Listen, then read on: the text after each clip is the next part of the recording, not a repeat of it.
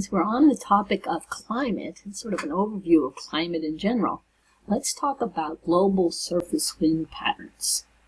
This diagram shows you the global surface winds, so that's these red and blue arrows here, and it also shows you several cells, which include Hadley cells, Ferrel cells, and polar cells, and I'll talk with you about that some more as we go along here. Let's watch the first part of the YouTube extratropical cyclones and fronts video because I want to comment on that. Watch the clouds north and south of the equator and along the equator. First is a band of persistent convective storms along the equator. This is called the intertropical convergence zone and is caused by the rising warm air in the tropics. North and south of the intertropical convergence zone, in the subtropics, are darker regions on these images. These regions are relatively cloud-free and are associated with the desert regions of the world. At the surface, we find regions of high pressure, the so-called subtropical high-pressure systems. Now, as you're looking at this animation, I'd like you to notice that the winds are blowing from east to west in this zone and from west to east in this zone. And that's something we're going to talk about when we talk about the global wind patterns. Also here, east to west, west to east. So watch that as this progresses. Poleward of the subtropical highs lay the mid-latitude regions in both hemispheres. The mid-latitudes are characterized by a relatively strong flow from west to east above the surface of the Earth called the jet stream. Within the jet stream, disturbances form that we call mid-latitude cyclones. These are regions of low pressure. The jet stream forms along the strong gradient in temperature between cold polar air and warm tropical air in each hemisphere. Thus, the jet stream also is a manifestation of the strong gradient in temperature. So, poleward of the jet stream, the air tends to be cold, and equatorward of the jet stream, the air tends to be relatively warm. So this also outlines the difference between different cells. Up here is the polar cell, and then here is the Ferrel cell. And we'll look at that as we talk about circulation patterns. You may want to come back to this and look at it again. So let's look at those global wind patterns. First of all, we need to understand the Coriolis effect. Coriolis effect is a right-hand turn in the northern hemisphere and a left-hand turn in the southern hemisphere for things like winds or ocean currents. Even airplanes are affected by the Coriolis effect. So the Earth spins, turns underneath the winds. From the point of view of the Earth's surface, then, it looks like the wind is turning. And that is to the right in the northern hemisphere and to the left in the southern hemisphere. Now we're going to apply that to other aspects of the global surface winds. So first of all, warm air rises at the equator. That makes sense, right? Warm air, you go up in a hot air balloon, you don't go up in a cold air balloon, right? So warm air rises. Rising air will cool and condense and rain.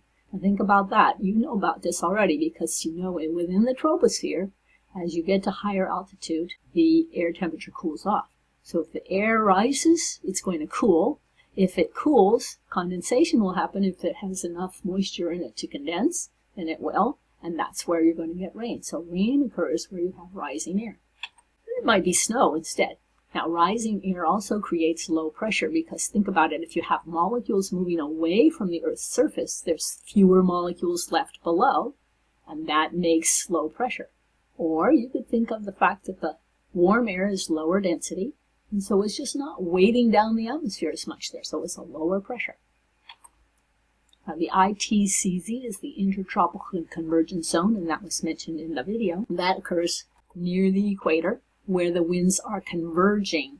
So look at this diagram here. You see winds are moving towards this area, moving towards that area, intertropical convergence zone, and that's where air is rising at the intertropical convergence zone. Okay, so you get low pressure, you're going to get the air coming into that location. Winds converge towards this low pressure at the intertropical convergence zone. Converging winds turn to the right in the northern hemisphere and to the left in the southern hemisphere because of the Coriolis effect. That creates the northeast and southeast trade winds respectively. Okay, so let's analyze that a little bit. Okay, imagine a car coming towards you, and that car is going to turn to the right. What direction does it turn? Here's the car. It's coming towards you, and it turns to the right. That's a right-hand turn in the northern hemisphere. It's going from the high pressure here towards low pressure. Things move from high pressure to low pressure. Wind blows from high pressure to low pressure. Ocean currents move from high pressure to low pressure. Everything that's a fluid is going to respond in that way. Okay, now also consider the southern hemisphere. If we have wind moving towards the equatorial low, because it's going from high pressure to low pressure, then it's going to move to the left because of the Coriolis effect.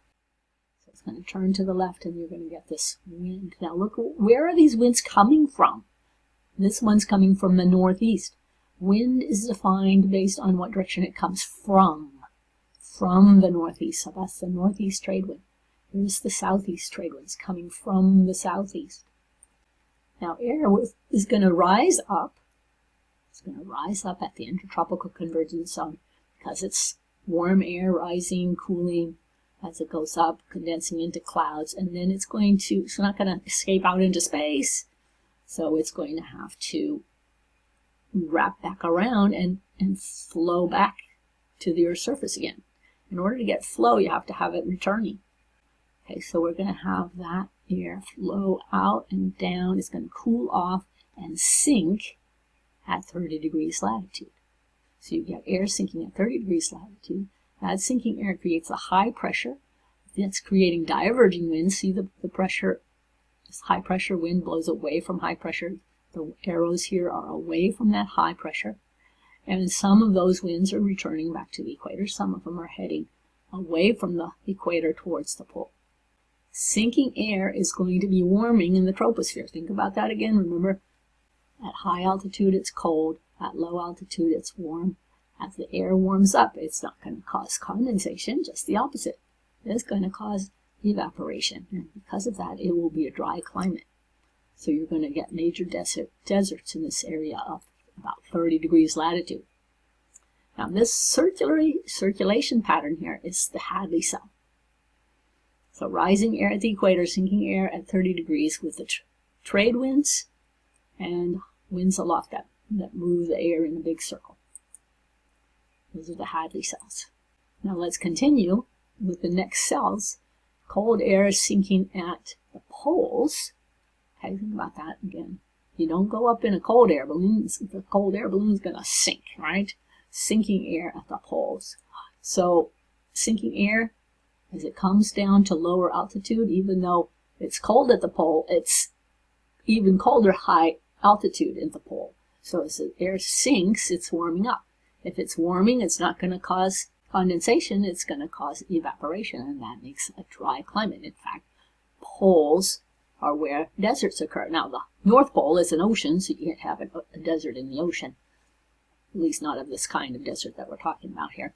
And so that's an ocean, but over Antarctica, we have a desert there. Even though it's covered with ice, it's still a desert. There's hardly any precipitation. Okay, sinking air, high pressure, diverging winds at the pole. And think about this wind. It's coming towards us and turning to the right in the northern hemisphere, making it an easterly wind. So that's the polar easterly winds. Now, some of the air from 30 degrees latitude, right here, is going to travel towards the pole. And that is going to create the westerlies. Okay, think about that now. As it travels towards the pole, it's also going to turn to the right in the northern hemisphere.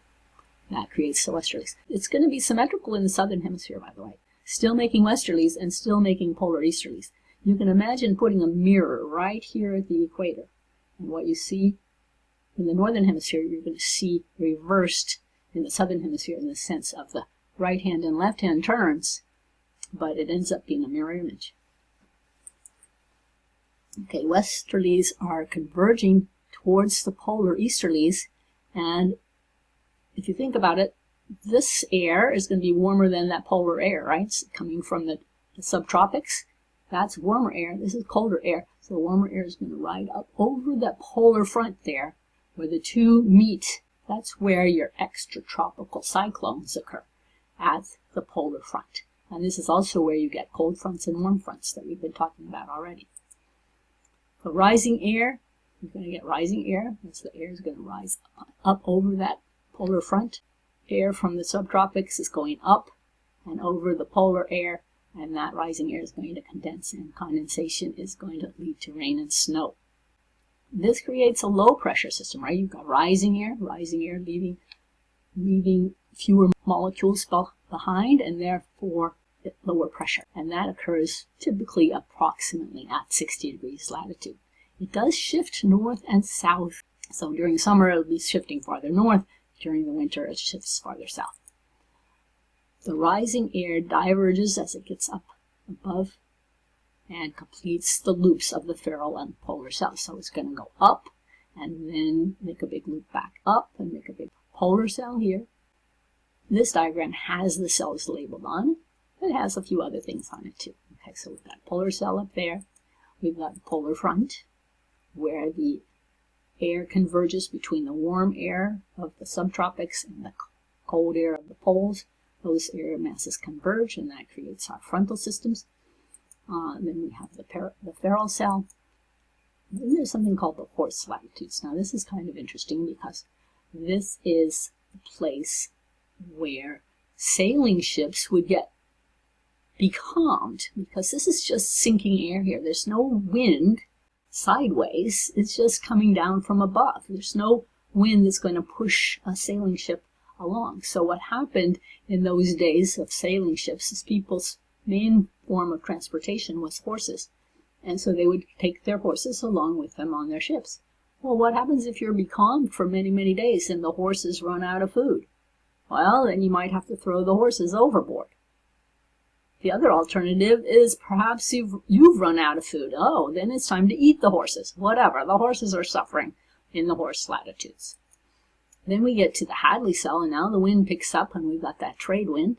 And this one here in the northern hemisphere is the northeast trade wind, and that trade wind is part of the Hadley cell. Then you get to the doldrums. Now, if you're mentally in the doldrums, that means you're depressed, right? Well, wouldn't it be depressing if you were in a hot, muggy environment with rain every day and you're sitting in your sailing ship and getting nowhere at all? That would be the doldrums. That's what it's called. And that's the intertropical convergence zone. Then we have another Hadley cell and another horse latitudes. Then we have ferrule cell. We have another polar front and another polar cell. It's all symmetrical. Put a mirror right here and you get a mirror image